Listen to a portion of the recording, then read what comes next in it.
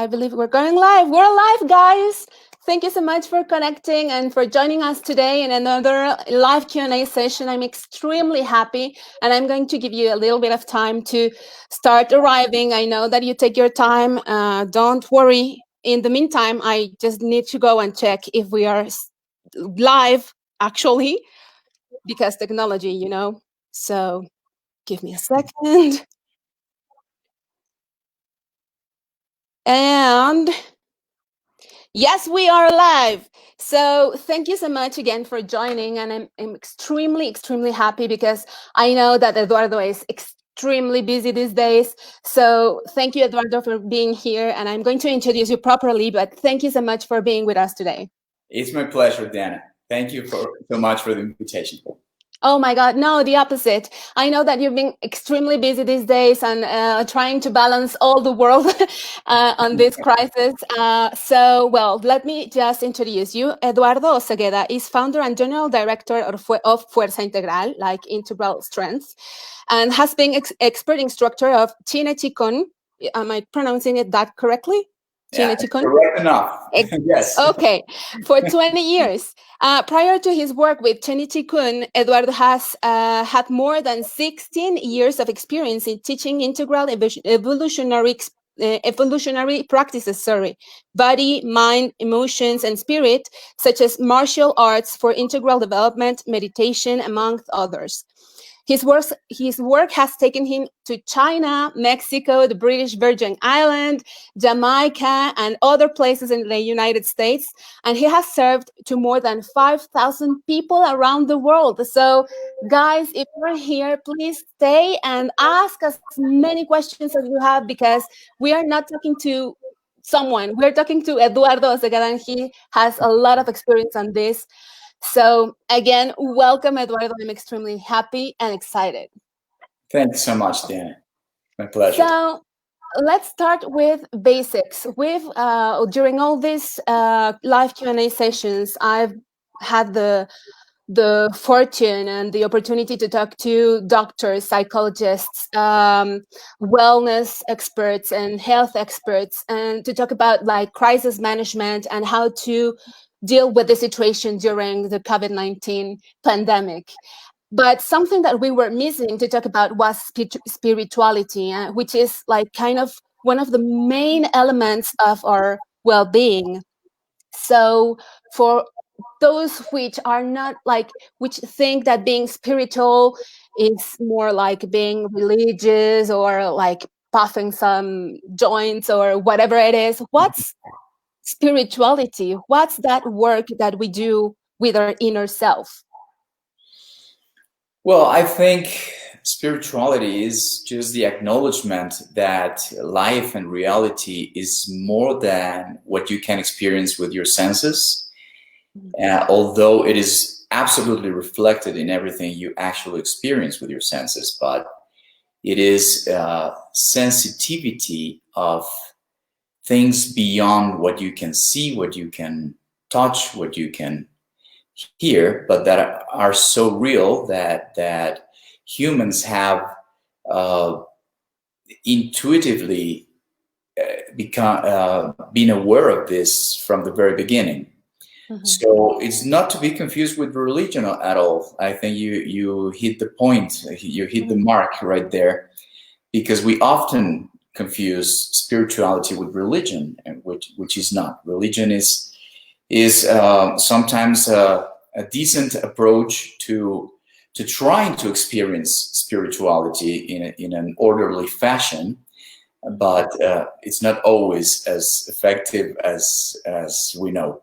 But of course, there's a lot of people who, through religion, have attained a very good level of spirituality as well. But they are different things. That's a good point. Yeah, of course. What do we do? Like these days, we're being frustrated, angry, mortified in the middle of all this crisis. We see everywhere people who we like, who we love, losing their jobs and losing a lot of opportunities in their normal life. And to be and try to be and continue being spiritual is another challenge. how do we manage that work with our inner self to, I don't know, go on with our lives? Well, I think more than ever, we need to resource to what's not as obvious or um, not as, how can I say this? Every challenge, every crisis is an opportunity, as we all know. Mm-hmm. And it is time to go deep into ourselves and become quiet for answers to come. Because if you give into the craziness of the situation, it's very hard for your mind to come to a level of clarity where you can actually see what is really happening and what you can learn, grow, and change from the situation. Because we are water. 75% of our molecules in the body are water molecules. And just like water, if we don't become still, we're not transparent, we're not clear. So in a moment of crisis, it is important to become quiet, to become still, and then the mind and the emotion will work together to show you answers. Your creativity will awaken, will increase. And if we do the right thing, most likely we'll come out of this stronger and better than ever before. Because every crisis is an opportunity. And yes, it implies changes and people. It's funny because the essence of existence is movement.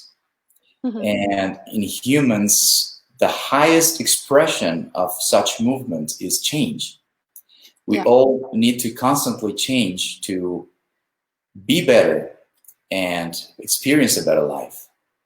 And a crisis is the best chance to do that. But ironically, it's uncomfortable for people to change. We need to change. That's why we're here. That's the essence of our life. But crisis just pushes you a little bit.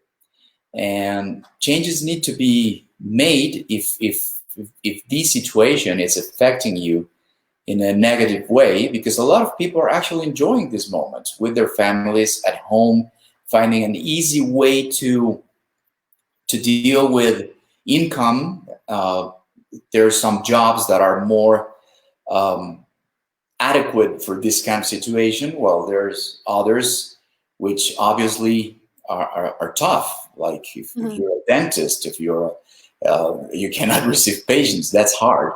Yeah. But still, maybe there's a book you've been writing, you've been wanting to finish or to start writing. Maybe there is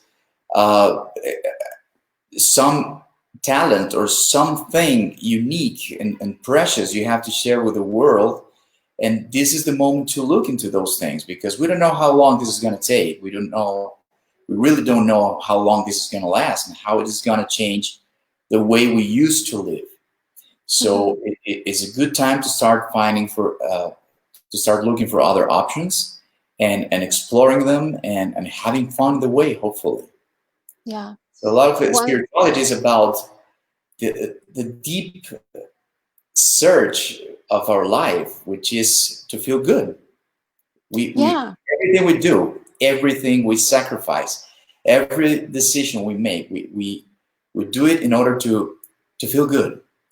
So what do you need to do now to feel good? What changes need to be done? What lessons need to be learned? What new things inside of you are up to be shown right now? I believe that what you just mentioned about control and change, well, you mentioned change, and I was going to add this word control, because I work with a lot of people during transition. And one of the things that we work on is actually trying to control things that they cannot control.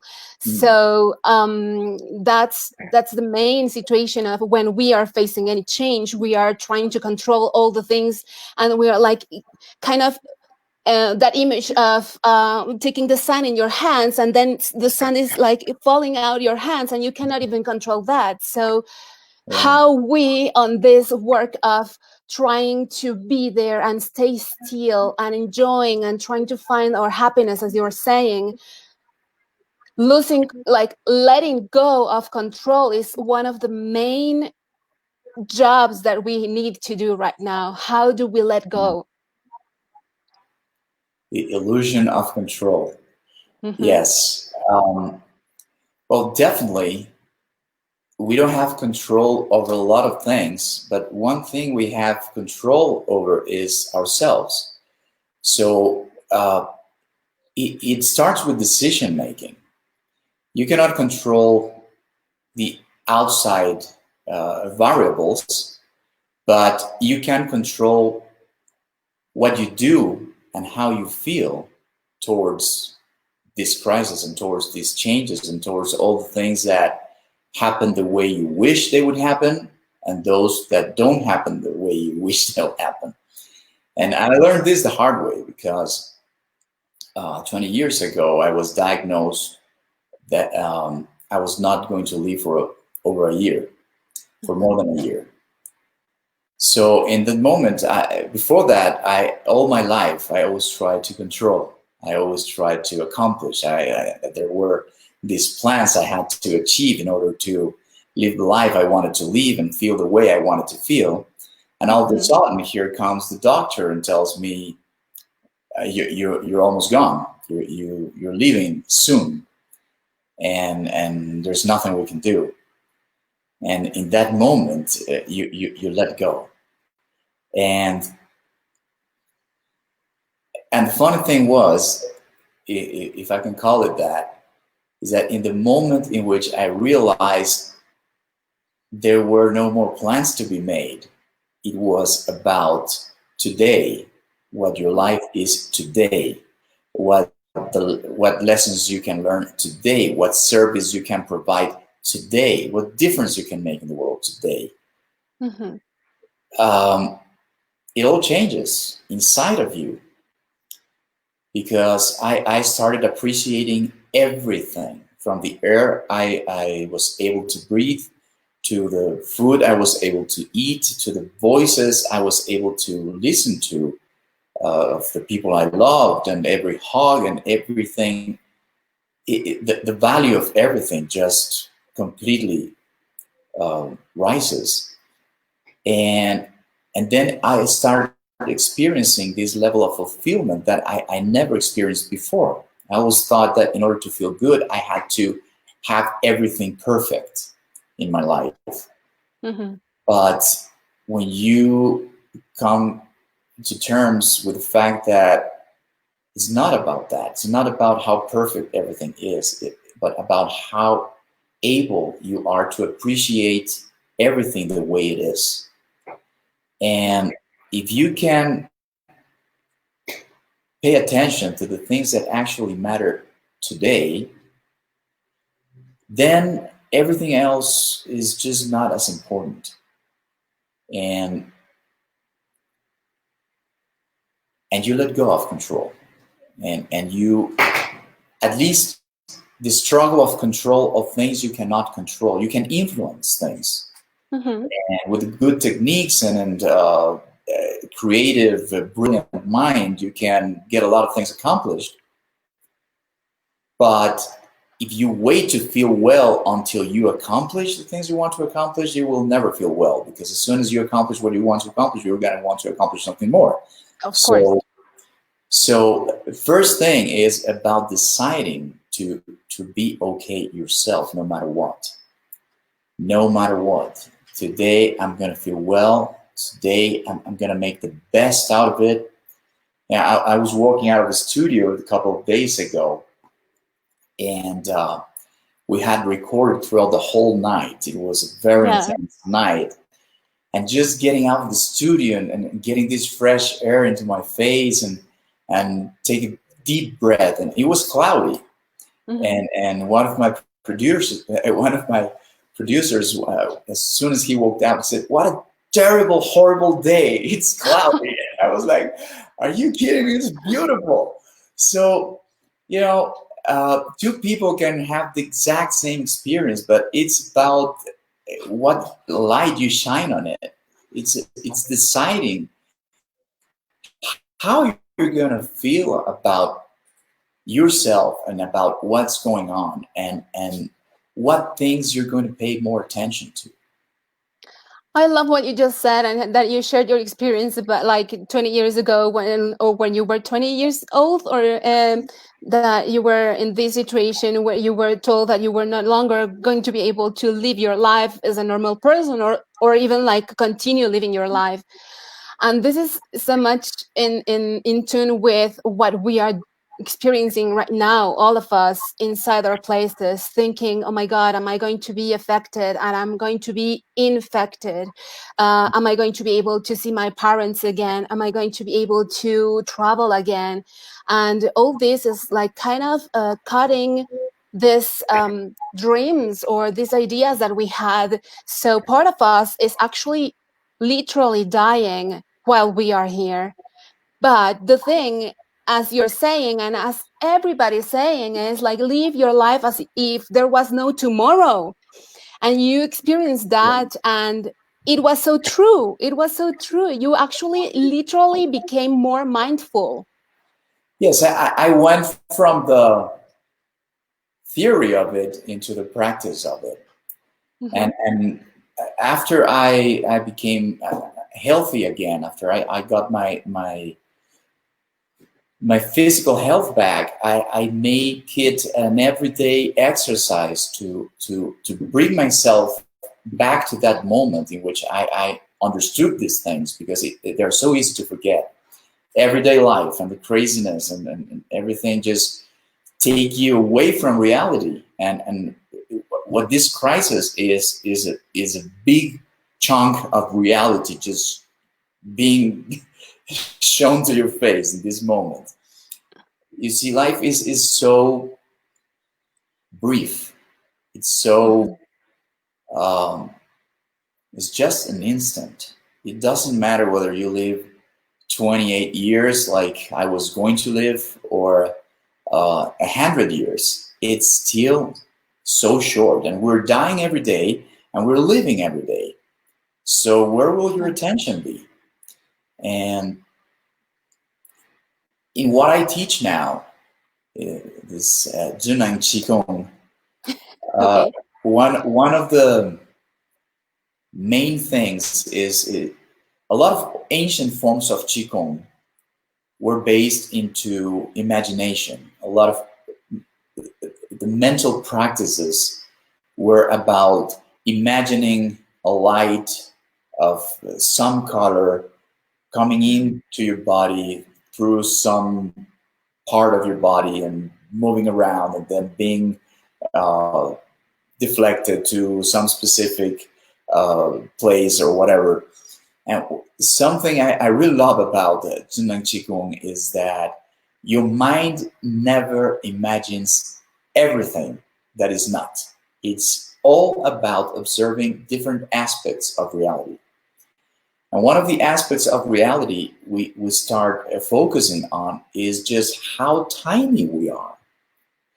We when you practice Zunang Qigong, one of the first things you do is you become aware of the immensity of the universe of which you are, but only a little tiny uh, expression. Mm-hmm. And when you are aware of that, just being aware of that, none of your problems can be too big, because you realize how tiny you are, and what a short moment you have the privilege to spend in this In this planet, universe. this Yeah. context, with these people, with these textures, with these colors, with these eyes that can see, with these ears that can listen to the birds chirping outside of your window. And those are the things that are important. Everything else Mm-hmm. is just cherries on the cake. Your cake might have more cherries or less cherries, but the thing is, life is the cake, and what are you going to do with it? Yeah. And Oh this my God. practice, all it does is just it helps you pay attention to that. And Yeah. from there, from a place of abundance, when you realize how abundant just the mere fact of being alive is, then you can manifest beautiful things. Because we're all beautiful inside, and we all have, we're tiny, yes, and we're so insignificant in a way, but at the same time, we have the potential to be so significant. We are a way in which the cosmos gets to know itself and to understand itself. And that's not my words. Those are words from Carl Sagan, one of the most Mm. brilliant scientists that have Yeah. lived in recent times. And what I add, if I'm able, if I, if I'm worthy of adding anything to that sentence, is we're also a way in which the universe evolves. In our evolution, Hmm. the universe evolves as well. So it's all about growing. It's all about waking up every day and finding a way in which you will change today to be better than you were before, to add something more valuable today than what you added before to your family, to your loved ones. And if you can do that for more people, then the more the merrier, But that's it. That's the meaning of life. It's about growth, and Yeah. learning, helping, serving, uh, letting go, forgiving, uh, and joy. Enjoying. I love what you just said. And just before we continue with the conversation, let me say hello to the people who are connecting. Hi, Laura. Hi, Atenea. And Mercedes. Hello, welcome. And Ramina. And well, I have a couple of comments here. For instance, something that I got, and in at the same time that I read that message, you gave the answer. This is how we are all connected. Mhm. So Mercedes was saying, like, from your perspective in the spiritual way, in a more like up in an upper level, what's the meaning of this situation and the spiritual sense of COVID-19? And you were like giving us a kind of an introduction that this is for us to see ourselves, our potential, and how minuscule we are, and how, like, what else is the spiritual sense of this? Well, what I said is an opportunity. I one of the things I've learned is not to think too much, Mm-hmm. and I don't. I don't give the intellect as much of an importance as I used to, and because it can drive you crazy, trying to find meaning into everything that Yeah. happens. There was a large portion of my life when I was very sick that I looked for signs into everything that happened to me, and I guided myself by signs, and I thought this means this means I should go to this place or talk to this person or do this thing. Yeah, doing And everything by signs, what's that? like doing everything by signs. Exactly. And it didn't work well. It didn't work well at all.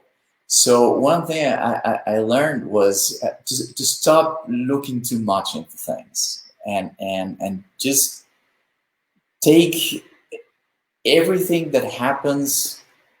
It doesn't necessarily have a meaning.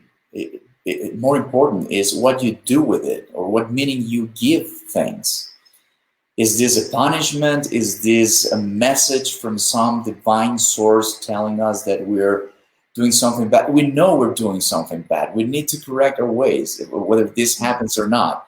This is an opportunity for us to pay more attention to what we're doing to our planet, to what we're doing to our lives, to what we're doing to our food, to what we're doing to the people who harvest that food and who work out in the fields and to our jungles and our oceans and our, yes, Yeah. we all know these things. And is this a consequence of what we're doing? It looks like so. We don't really know. But it is an opportunity to look into what we're doing in the large scope and what we're doing in our timely, tiny personal scope as well. Yeah. It's And all about our what meaning you want to give to it. mhm. And what we want to share to our own universe, right? Like to the others, as you were saying, like the more the merrier. But first of all, like thinking about ourselves as individuals and then spreading that energy to the others. Yeah, yeah, because not only the more the merrier, but the merrier, the merrier we are. The more Of people are course, merry, the merrier we can be. And, sure. and, and we have a role into that, and we have the power to influence that level of joy we experience as a planet, not only as humans, because I think I've devoted years and years of my life, even since I was sick, to sharing this vision I have for a long time that the health of the planet is not separate from our health as human beings. And human beings have lived in that illusion for so many years. Now it's becoming more and more obvious that it's not. Hmm. Yeah. The health of the planet is our health. You cannot separate both. Oh And my God. You hit my spot. Like I've been extremely worried about what's going to happen with with nature and animals when we go back to our normal lives, and that's something that is like really literally like not even the pandemic. Like I'm safe, I'm doing what I need to do, but this reunion and combination of both worlds, our nature and us as I don't know, entrepreneurs building building buildings and big cities. How do you think this is going to change after? well, hopefully, a lot of people are going to walk back out with a more respectful and gentle step. Hopefully. And you cannot stop progress. Something I love about one of the organizations I've devoted more time and resources to. It's called Panthera. Hmm. Panthera. It's an organization based in New York, and it's the world's largest organization devoted to the preservation of wildcats around the world. Hmm. And uh, wildcats and their existence as well. And one thing they have come to terms with is that you cannot stop progress, but you can do it in the right way.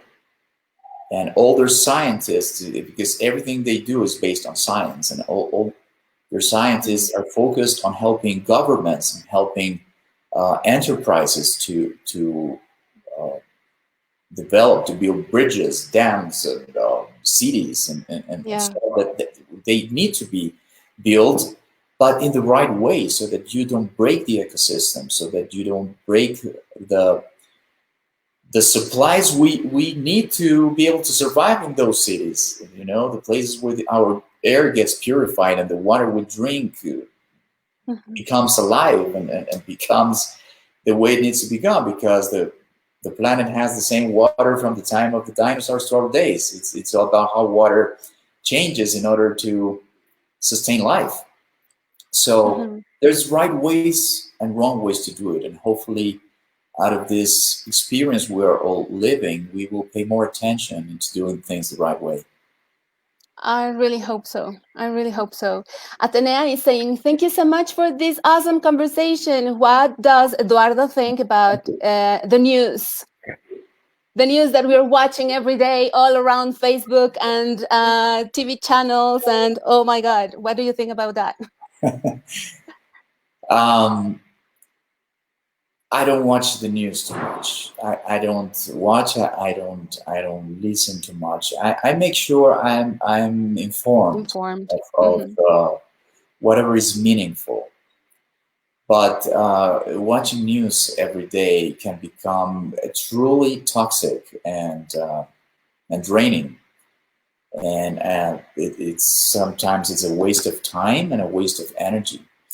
So I just make sure I become aware through some sources, Mhm. and that's it, because otherwise you waste so much of your productive time and your creative energy, and your um, inner balance is affected, because we're all chemistry. And whatever book you read, whatever movie you watch, whatever phone call you make, it all affects you positively or negatively. So I always suggest my students to not abuse the news, because it's not every day that something worth becoming aware of happens Mhm. on the news. There's more important things going on inside of you, and in the space that is immediate around you, where you have even more influence. So yeah, the news. Well, we know uh, this is growing. There's some new theories coming out in terms of whether we should be as careful as we're being, or maybe it's time for the people who are less prone to have complications to actually try to get the infection, so our immune system becomes a little more stronger, and we can Of course. affect in a good way what's happening around the world. So yeah, interesting things are going on, and I leave that to the experts, and I'm sure when something meaningful actually gets discovered, it will. We all are going to know. In the Yeah, meantime, this is the reality. This is the situation, and I'd rather put more attention into what I can do under these very circumstances, and then when we learn something more uh, uh, game changing, we'll adapt to that. Hopefully, definitely. Definitely, you're right. And even the World Health Organization has created a full list of things that they recommend us to do during this quarantine and during this crisis. And one of those points are don't watch the news every day, and don't even, like, they say they recommend this short times in the middle of the day, so you have enough time to actually forget about them. Because if you watch news at the end of the day, you're not going to be able to sleep, and you're going to be all mortified during the night. This is I causing definitely depression. I definitely recommend not first thing in the morning, No, exactly, not exactly. last thing in the day, No. not while you're eating, Mm-hmm. and not immediately after. Yes. So in the time between, I just finished eating. I've already digested, and I'm not close to my next meal. Then take a look at what's going on and Mm-hmm. let go. Yeah. But Yeah, people who are definitely. bombarded about the same information, bad news, over and over and over again on a daily basis, they are hurting themselves. It's like it's worse than smoking, or Yeah, it's it's mentally and intoxicating. physically, yeah, it's mentally and physically overwhelming, and we Toxic. cannot, like, It, yeah, absolutely toxic, toxic. mega toxic. Yeah. Yeah. Well, so I have Romina saying, I agree with Eduardo. I don't watch the news either. And she says, I absolutely agree 100%. Put your energy and attention back to ourselves. Yes. And then Mercedes is asking this after listening to your podcasts. She's being curious about if you continued eating everything that you wanted to eat after you got healthy. Because when she started listening to you, she started an organic diet, and then when she listened to you, she stood with an idea that meditation was much more important than food. So, which is the first, like meditation or eating healthy or what? Yes. Yes, that's a good question. Yeah, well, I lived obsessed with my diet for many years. As I mentioned in my podcast, I was much of my treatment was focused on diet. And when I became healthy, eating everything that's obviously not the best thing to eat in China, and then my validation in the United States about me being healthy, eating in McDonald's and stuff like that. Yeah, I still definitely hold that place in my learning, in my discoveries about what's really important when it comes to being healthy. What you do inside of you is much more powerful than what you eat, 1000%. That being said, I do still eat everything I love to eat, but I do take care of myself because life is a precious resource and you don't want to waste it.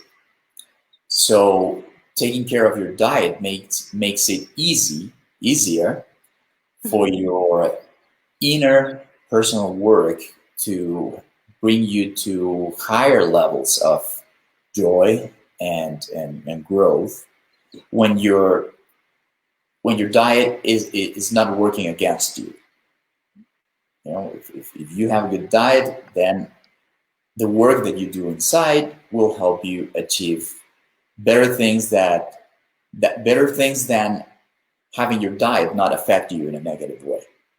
Yeah, sure. I don't know if this. Yeah, they act as a complement. Yes. That's one part, and another part is I also try to eat everything organic. Not only because it's better for my health, but also because it's the responsible thing to do. It's the right thing to do for the planet and for the people who work out in the fields. I'm a very good friends with Jairo Restrepo, which is known as the father of organic agriculture. And when he comes to Mexico, he stays at my house, and we're very good friends. We're very close.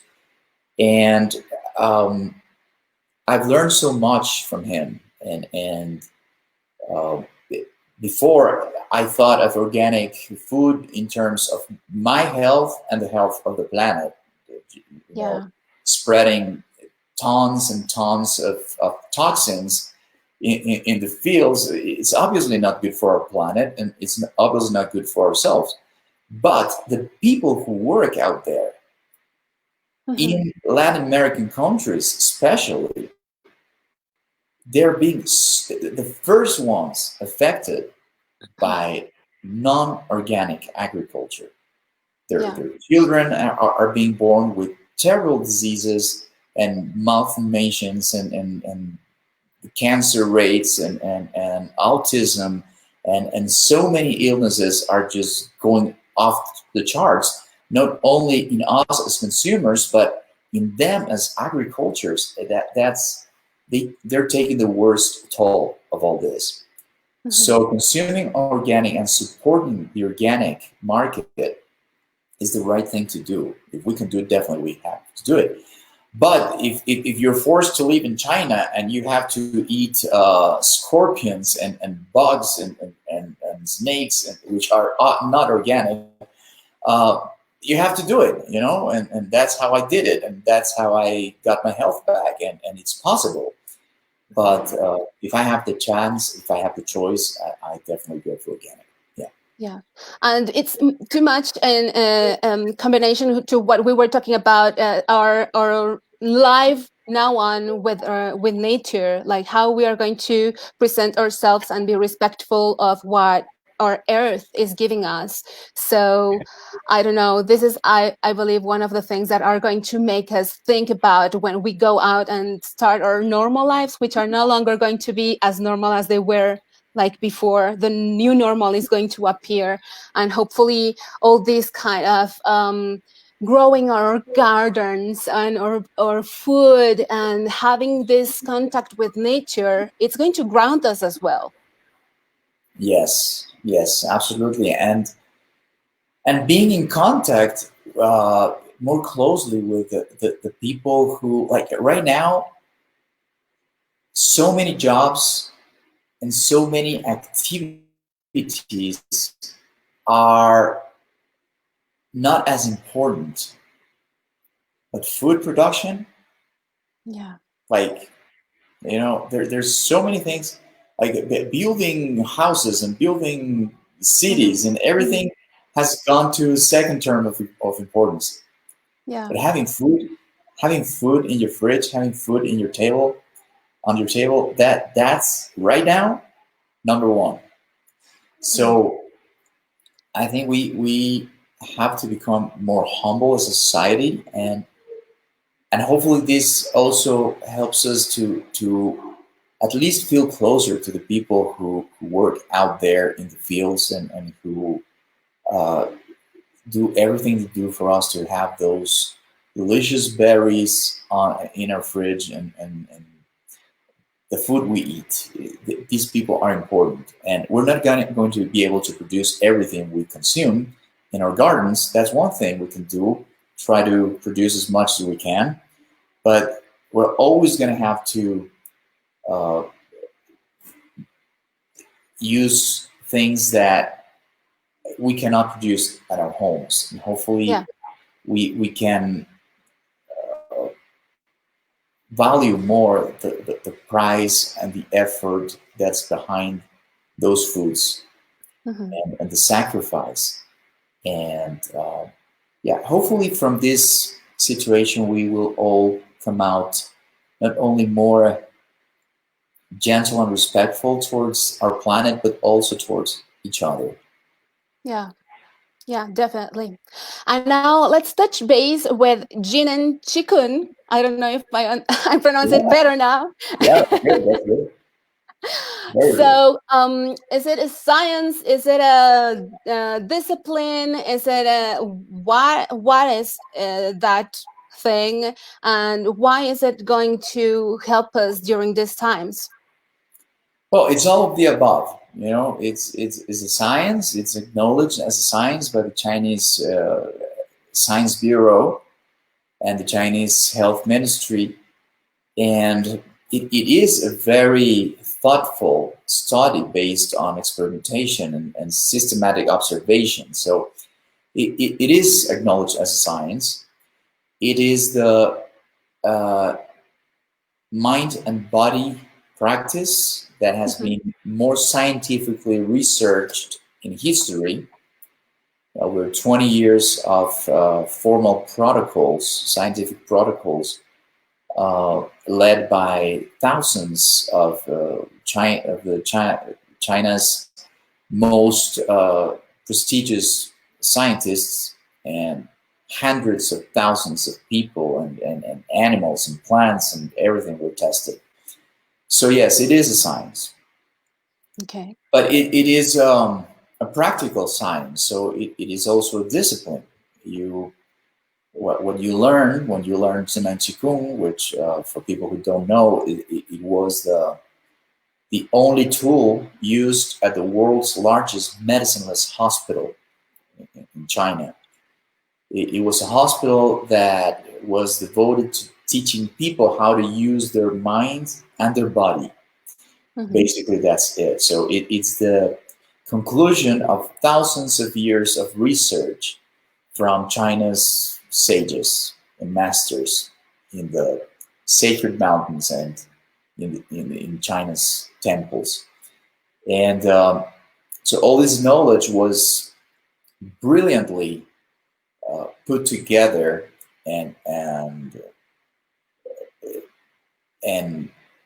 I would say purified by uh, Dr. Pan Min, who's a scientist as well, and he was acknowledged as one of China's most accomplished medical doctors back in the day. He's now 80 years old, but he was very young when he was acknowledged as one of China's most brilliant medical doctors, and he was also trained in traditional Qigong. He had a very, very thorough training, and he's acknowledged as the Mozart of Qigong. What he did is he took thousands of years of of very complex information, and he really cleared things up, and he made it into a system that can be learned in just a couple of days. Yeah, that's but amazing. That is powerful enough. That's amazing, and it's powerful enough and deep enough that millions of people have been able to literally save their life, uh, um, avoid surgeries and things like that. And it is very famous because of the powerful impact it has in our physical health. Mm-hmm. But it's not. It was not designed for sick people to get healthy, which that's one of the things that happens. But its true goal is to teach people how to use their body and their mind. So if you're an athlete and that's your life, and you practice in a Qigong, what's going to happen is you're going to become a better athlete and a better human being. Mm-hmm. You're going to break your marks. You're going to get less injured, and you're going to recover faster and better from the injuries you might already have. You will not get a cold every time before an important competition. You're going to use your mind in a better way. But if you're an entrepreneur or a CEO or whatever, you're going to find a more brilliant ways to increase your success and the company's success as well. And if you're a housewife, you will be able to manifest a better life for you, for your family, for your loved ones. So it's not for sick people. It's become famous because so many sick people have recovered from their illness, but that's not its purpose. Its purpose is it's for us to find a balance. It's for us to find a balance with our mind and our body and work like it's the perfect machine. It's a perfect clock. Some people say it's the instruction manual for your mind and your body. What Qigong is, in a way, is really learning how to use these wonderful resources that we've been given to manifest the life we really want to live, and to help others in the way as well. Yeah, that's what Qigong is, and how it helps us. That was part of your question. Yes, I was like, yeah, I'm sorry. Well, when you practice Qigong, all of your systems, your physical systems, your emotional systems, at the end, everything is physical, but we need to separate into body, mind, and emotions. Everything just gets fine-tuned, and everything works in synergy, and you manifest your highest potentials. So yes, if you're not sick, you'll increase the chances for you not to get sick. But if you do get sick, you increase the chances for it not to affect you, not to hurt you as much. And if you're very hurt, you can still learn, practice, and have much more resources to overcome what's happening. Can we translate all this that sorry that I interrupted you, can we translate all this that you just said about if you're sick or very, very sick or you're not that affected, can we translate that into people which are facing COVID-19 right now? I'm sorry, can you repeat the question? Yeah, like, because you were saying, like, for example, if you're not sick, it's going to help you not to get sick maybe, or to decrease the possibilities that you get affected. Or if you're sick, it's going to help you not to get as sick as you could be. Or if you are very, very sick, then it's going to help you overcome the situation. Absolutely. So can this be also translated into people who are affected of COVID-19, like people who are sick of COVID-19? Can they actually practice this and be in those cases of very, very, very, very affected, and then, Absolutely. okay. Much of this practice, of this science, can be learned even if you are into an IT room right now. Mm-hmm. As long as you're conscious, as long as your mind is aware, there's so much you can do. Lying down on a bed, even with a respirator on and not being able to move, there's a lot you can learn Wow, by with Qigong. that's Yeah, because awesome. the most Can important work is done with the mind. So as long as the mind Okay. can think, you can Mm-hmm. help yourself. Definitely. So I have an emergency material, an emergency training material for people in that kind of situation. We've used it for 18 years now, and a lot of people have had an amazing outcome from being in very difficult situations, using this material, and then they've overcome things much in a less time, and immediately they start feeling better, and their markers start to change, Wow. and yeah, it's very powerful. We are very powerful. Our mind is very Yeah, powerful, we are. and this is Mm-hmm. just a tool. Jin and Mm-hmm. Qigong, what it is just a tool. It gives you the, because in life and in school they fill up your mind with a lot of information, but they don't teach you how to use your mind. And our Mm-hmm. mind has amazing abilities that if you know how to use and how those abilities affect your body, then it's incredible what you can achieve. I became healthy after 5 months of practicing this, but before that I was ill for 26 years. In My God. 26 years, no surgery, no amount of antibiotics. I lived under antibiotics for over 20 years. Nothing worked.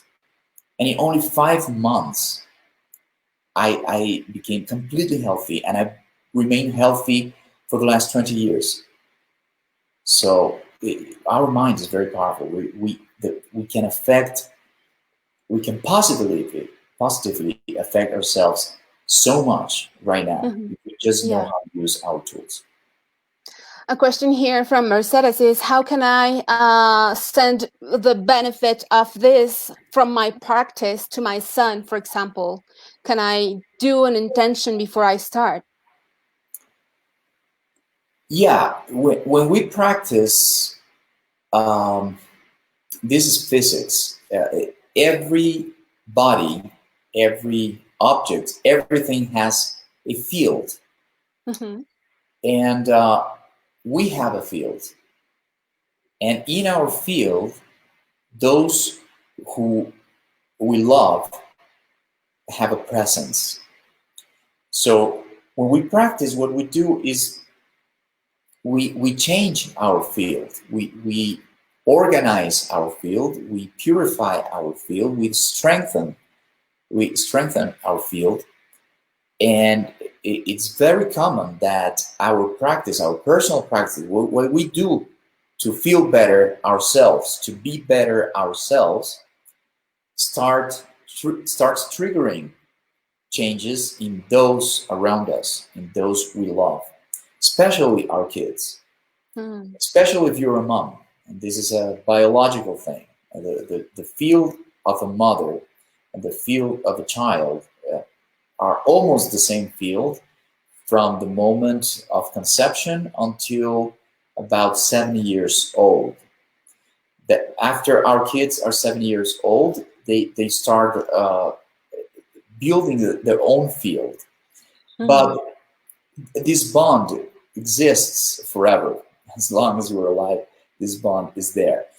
And so, yes, her practice will definitely bring benefits to her child, especially if he's or she is under 7 years Mm-hmm. old. And she doesn't have to do anything.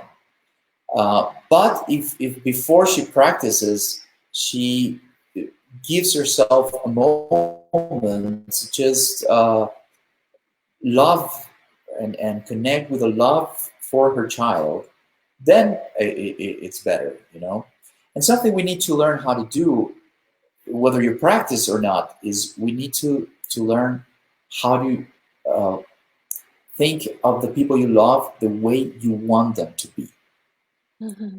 You need to think of the people you love the way you want them to be. Is that our primitive mind has a tendency of thinking about the people we love the way we're afraid they will be. Yeah. You're always worried about them and you don't want them to be hurt and you don't want them to be in an accident and you don't want them to get sick and you don't and your mind is always thinking this way. Mm-hmm. But what Jinan Qigong teaches us is you need to think of the people you love the way you want them to be, the way you want them to feel. You need to think of them healthy. You need to think of them happy. You don't need to think of them not getting into an accident. You need to think of them just being well. So that's something to be practiced whether you practice Jinan Qigong or not. That's awesome. Can kids practice this? Absolutely. They love it. They Whoa. love it. Yeah. If they are introduced to it in the right way, Mm-hmm. definitely yes. But it is important how they're introduced into the practice and how they learn is very important because if they don't Wow. learn in the right way, then they are very prone to do the wrong things with their minds. So it is important for them to receive a correct training. But if they speak Spanish, my podcasts are in Spanish only. Still, I'm working on the English version as we speak right now, and I hope soon it'll be out. But if they speak Spanish, a lot of kids love my podcast, and Whoa. they listen to it as their story.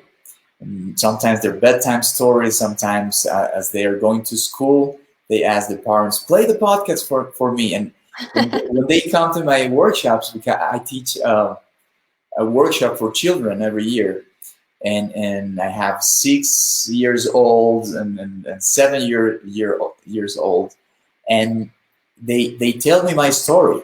They ask me to tell them more about how I lived in China and everything I did, and it's amazing because I can see they enjoy it. And in my podcast, I guide a practice, and so if they speak Spanish, they can practice that exercise that I direct in my podcast, and they can get a lot of benefits from it.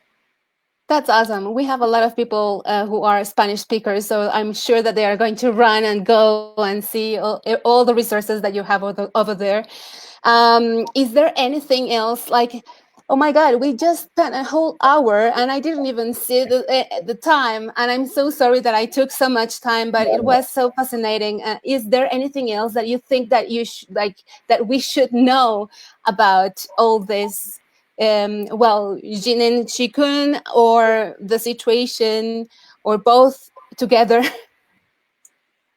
Yeah, I don't think there's anything that hasn't been said. I would just maybe emphasize the importance of keeping yourself in a good spirit. You know, that's what it all comes down to. It's everything we do, like I said, and every decision we make, every choice we make, we do to be happy, and Mhm. we should not forget that's the goal. Main So goal. what can you do today to be happy? And circumstances will change and will keep changing and nothing is still. So how you can change in order for you to be happy amidst all the change that is going on around us, and focus on that, and everyone will be more able to find the right meaning of this. And some people will overcome, and some people will not.